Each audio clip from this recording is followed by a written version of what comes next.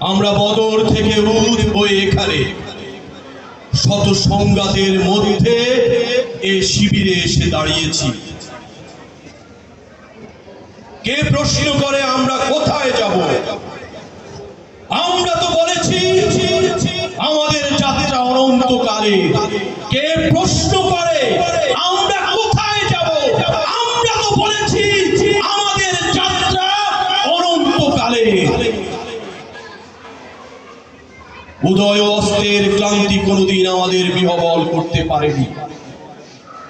আমাদের দেহ ক্ষত বিক্ষত, আমাদের রক্তে সবুজ হয়ে উঠেছে মুতার প্রান্ত। পৃথিবীতে যত গোলাপ ফুল ফোটে তার লাল বর্ণ আমাদের রক্ত, তার সুগন্ধ আমাদের নিঃশ্বাস বায়ু।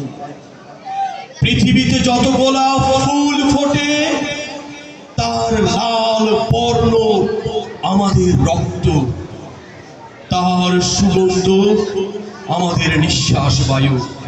আমাদের হাতে একটি মাত্র গ্রন্থ আল কোরআন। এই পবিত্র গ্রন্থ কোনদিন কোন অবস্থায় কোন তাওহীদবাদীকে থামতে দেয়নি। আমরা কি করে থামি? আমাদের গন্তব্য এক সোনার তরুণের দিকে, যা এই ভূপৃষ্ঠে নেই। আমরা আমাদের চেহারায়, আমরা আমাদের সঙ্গীদের চেহারায় ভিন্নতাকে গ্রাহ্যের মধ্যে আনি না, কারণ আমাদের আত্মার গুঞ্জন হু হু করে ওঠে। শহীদের চেহারায় কোনো ভিন্নতা নেই।